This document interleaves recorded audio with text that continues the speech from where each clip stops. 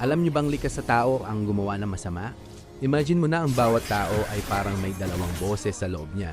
Ang unang boses ay nagsasabing, maging mabait ka, tumulong ka, isipin mo ang ibang tao. Ang pangalawang boses naman ay nagsasabing, unahin mo ang sarili mo, gawin mo ang gusto mo. Kahit may masaktan, basta ikaw ang manalo. Habang bata tayo, unti-unting lumalakas o humihina ang dalawang boses na ito depende sa mga nararanasan natin. Kung lumaki ang isang bata na minamahal, tinuturuan ng tama at nakikitang mabuti ang halimbawa ng mga nasa paligid niya, mas lumalakas ang unang boses.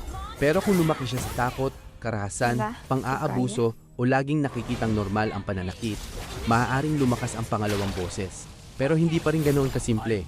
Isipin mo ang isang tao na nagngangalang Marco. Nung bata pa siya, mabait siya. Mahilig siyang magbahagi ng baon. Kapag may umiiyak, siya ang unang lumalapit. Habang tumatanda, nagsimula siyang makaranas ng maraming sakit. Niloko siya ng kaibigan. Iniwan siya ng taong mahal niya. Nahirapan ang pamilya nila sa pera. Paulit-ulit siyang nasaktan. Unti-unti, may nabuo siyang paniniwala. Kung magiging mabait ako lang ang masasaktan. Kaya nagsimula siyang magsinungaling para protektahan ang sarili niya. Pagkatapos, natuto siyang manloko para hindi siya ang maloko. Kalaunan, naging madali na para sa kanya ang paggawa ng mali. Hindi siya ipinanganak na masama. Pero ang mga pagpili niya, kasama ng mga sugat na hindi niya naharap, ay unti-unting humubog sa kanya. Ngayon, isipin naman ng isa pang tao. Pareho rin silang nasaktan sa buhay. Pareho silang nawalan. Pareho silang umiyak.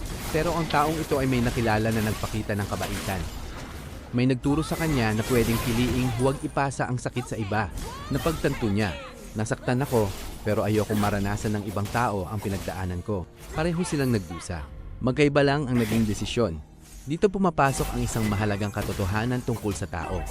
Ang sakit ay maaaring magtulak sa isang tao na gumawa ng masama, pero hindi nito pinipilit ang tao na gawin iyon. May impluwensya ang ating nakaraan, pero may kakayahan din tayong pumili.